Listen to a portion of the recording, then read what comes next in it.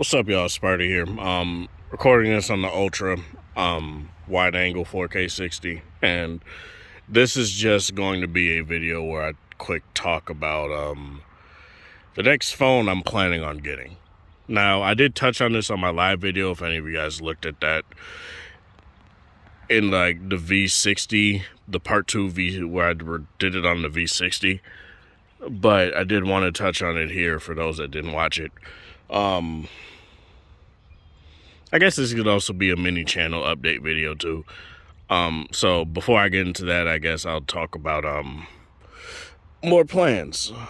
So what I did was I went onto the YouTube Studio website, mainly because on the app they don't give you full control. They don't literally give you control over everything. I don't know why I said literally. They don't give you control over everything. For like more monetization type of things, you have to go to the website to get it, and it's quite difficult to do it on the phone, but I got to it. And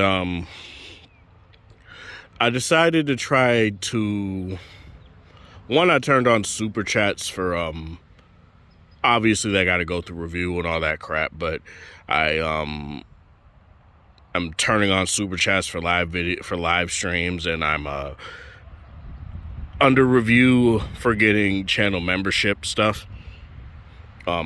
Obviously that stuff I'm going to edit as it comes along to me what more I want to do with that, but when you do eventually see that join button at the right of the subscribed button right down there, you'll be able to join the channel. And obviously I don't really have any sort of like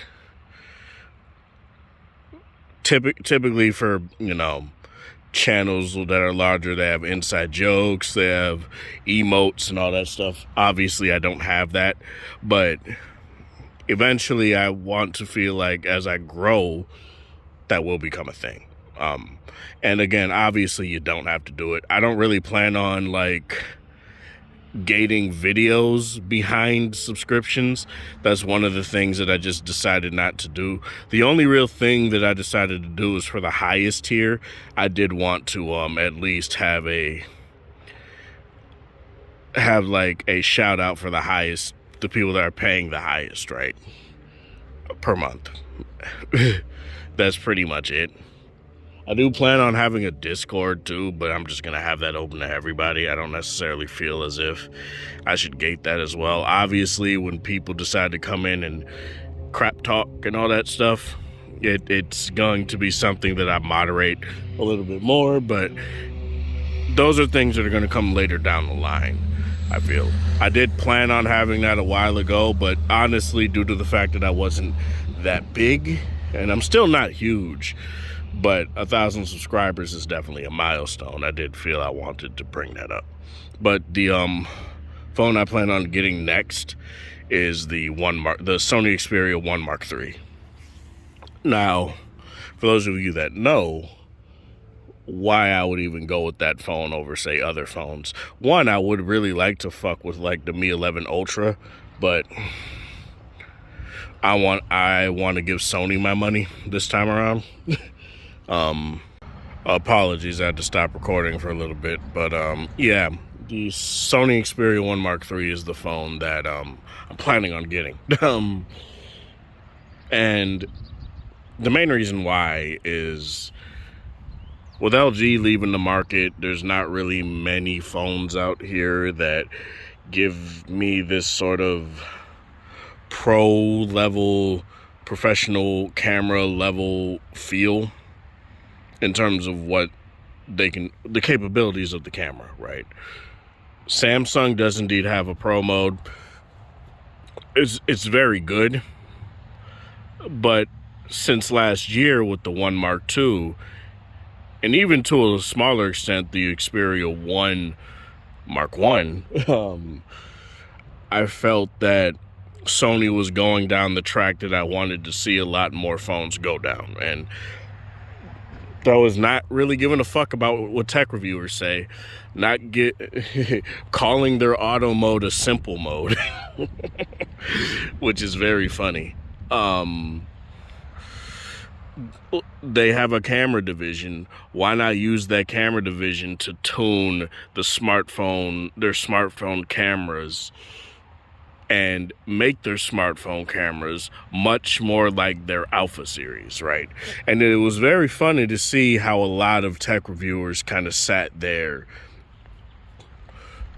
and said the most milquetoast talk point kind of things like, oh, it's computational photography and it just lacks in that, and oh, it doesn't have a 108 megapixel camera, and oh, it doesn't have this and that, but it ended up becoming this phone that in a lot of these tech reviewers comment sections, people would just be like, you know what, you honestly sound like you don't know what you're talking about anymore.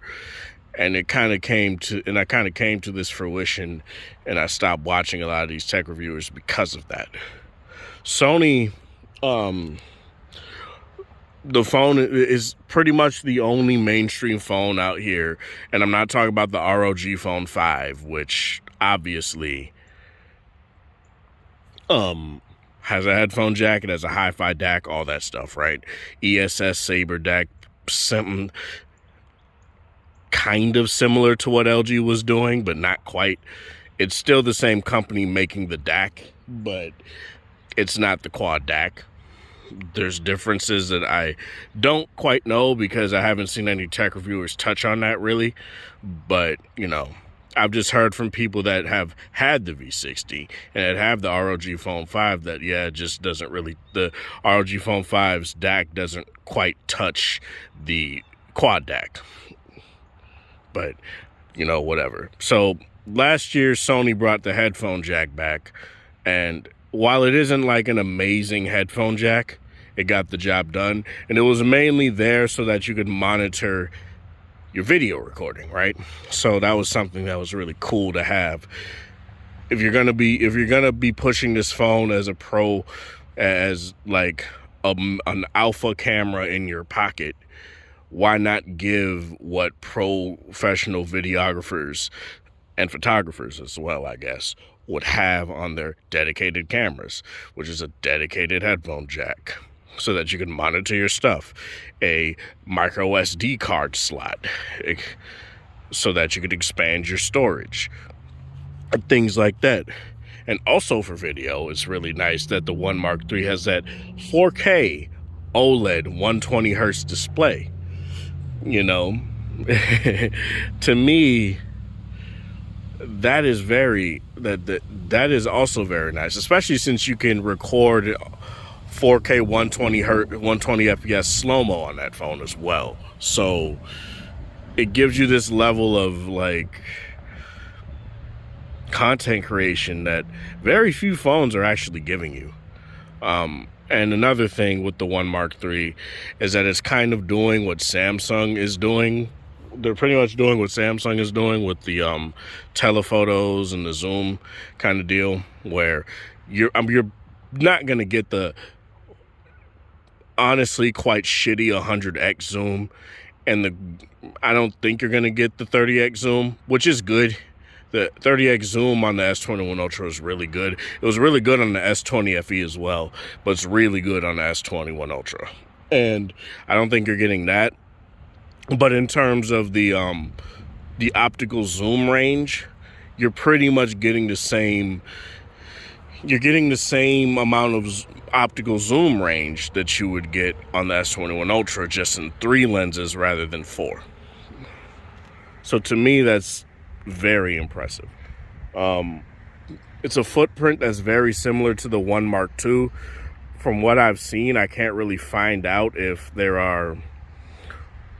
I haven't really seen if you can use One Mark II cases on the One Mark III. The dimensions are ever so slightly different. Like, I think it might be a little bit more thicker, a little bit more thick, especially around the camera lens. The camera looks wider, but we'll see. There are going to be companies that make cases for it. I think Spigen are indeed making cases for the One Mark III, so Hopefully they put the tough armor cases out with the kickstand that I have for like my S21 Ultra, and that I have for my G8, and that I had for my Note 10. I hope they would do that, because they didn't. I still don't think they have it for the V60. Like, I tried to look for it, but I just could never find it. So I just went with that Poetic Revolution case that I have, that thick boy that I have on my V60. Yeah, I just went with that one. And I love that case. It's just, I really do like the tough armor cases with the kickstand by Spigen, because they give a good amount of durability, and plus they have a kickstand, so it's like very nice. But yeah, it's slated to be like $1,300, which for what that phone is doing, I'm totally fine with. It's gonna have 30-watt charging, which honestly is fine. I think 25-watt charging is good. I don't necessarily need every phone to have super massive 65-watt charging. It charges your phone in 30 minutes. I don't really need that crap.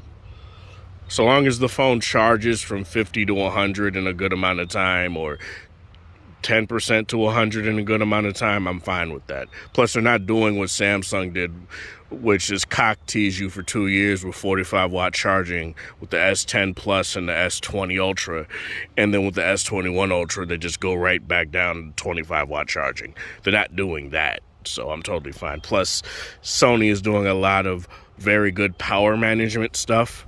Like, you can plug in your charger to, and the charger to the 1 Mark III. You could do it on the 1 Mark II and the 5 Mark II as well, I believe. I know you can do it on the 1 Mark II, where you can just have it not charge your phone, but just give power to the phone itself while not charging it. It's called HS Power Control. It's very cool. And a lot of those kind of things is just very cool to me. It's very similar to how you could plug in a laptop charger without having a battery in it. Those kind of things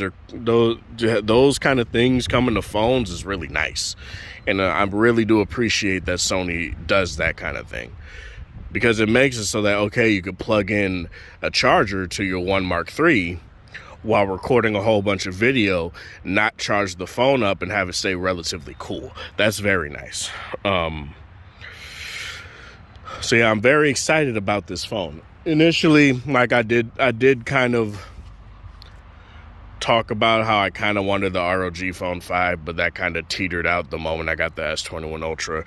While I really did want it, mainly because it's still one of the only phones that supplies some sort of hi-fi DAC that can push higher impedance headphones and juice them up enough to where you can actually use them on a phone. But I'm kind of sort of relieved that people are saying it's not really the quad DAC, but I'm also kind of sad because I wanted some sort of successor, to the V70, or to the V60, and I'm just not getting that this year. So in terms of this, Sony is definitely the more logical step for me. You don't know how much I really wanted the 1 Mark II last year. Like, I really wanted it, but I wanted to wait at least one more year to see what they would do this year. And boy, this phone really does excite me. Yeah, I don't want to make this too much longer.